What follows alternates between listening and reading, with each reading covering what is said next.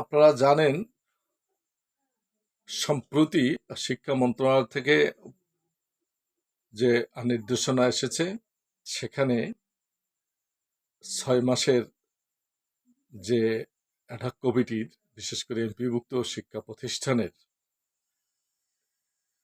মেয়াদ শেষ হয়ে গেছে। সেই সব প্রতিষ্ঠানের সভাপতির দায়িত্বে অর্থাৎ সভাপতির কাজ করবেন উপজেলা নির্বাহী অফিসার ও জেলা প্রশাসক বা তার প্রতিনিধি সংশ্লিষ্ট এলাকায়।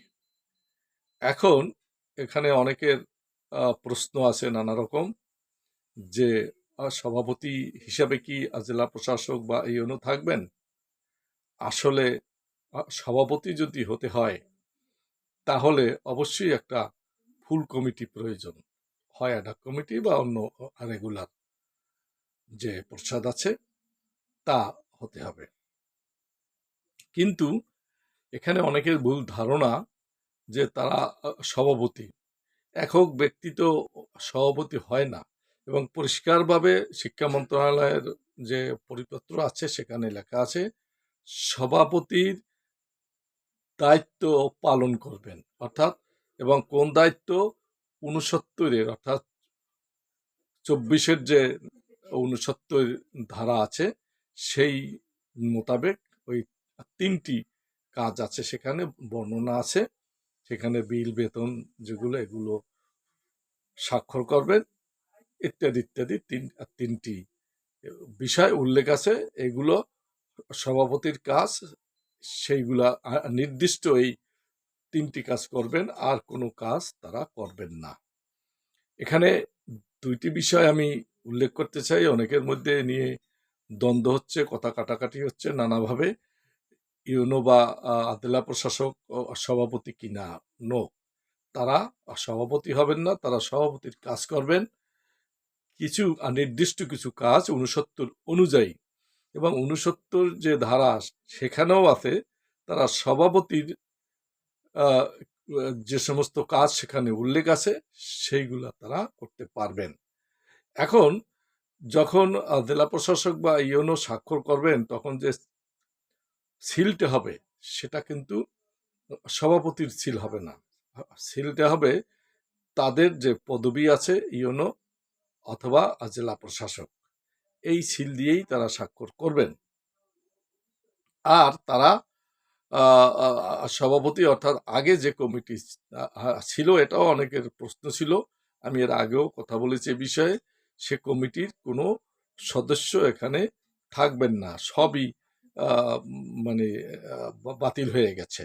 এখানে শুধুমাত্র শিক্ষা প্রতিষ্ঠানের যিনি প্রধান আছেন, অধ্যক্ষ বা প্রধান শিক্ষক বা সুপার, এরাই মূলত থাকবেন। তারা পদাধিকার বলে যেহেতু তারা আছেন তারা থাকবেন, এবং এই জেলা প্রশাসক এবং উপজেলা নির্বাহী অফিসার বা ইউনো তারা এখানে তাদের সিল দিয়া তাদের যে পদবি আছে সেই পদবি দিয়া তারা স্বাক্ষর করবেন। তারা এই প্রতিষ্ঠানের সভাপতি না। আমি আবারও আপনাদের অবগতির জন্য বলছি, তারা কখনোই সভাপতি নন।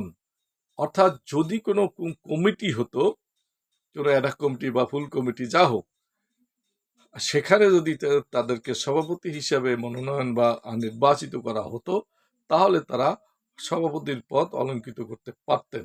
এখন কিন্তু তারা সভাপতি নন, তারা শুধু সভাপতি নেই সেই শূন্যস্থানে রুটিন মাফিক কিছু কাজ তারা করবেন, এবং কি কাজ করবেন তাও 69 বিধিতে আছে। এবং এই 69 বিধি আমার যে শিক্ষক ইউনিয়ন টিভি এখানে যে কথা বলছি এখান থেকেই আপনারা নিচে দেখবেন এক জায়গায় 69 ধারাটি আছে, সেটা পড়লেই আপনারা বুঝতে পারবেন আসলে তারা সভাপতি নন। তারা সভাপতি নন, তারা ফুল কমিটিরও কেউ নয়, তারা শুধু প্রশাসনিক ক্ষমতা বলে, শিক্ষা মন্ত্রণালয়ের যে নির্দেশনা বলে তারা এই প্রতিষ্ঠানগুলোকে, বিশেষ করে অর্থনৈতিক যে দিকগুলো আছে সেইটা তারা পরিচালনা করার জন্য তাদের কাজ এখানে। অতএব এখন আশা করি সবার এখানে ভুল যদি কারো হয়ে থাকে সেটা এখন ঠিক করে নেবেন। আর ধন্যবাদ।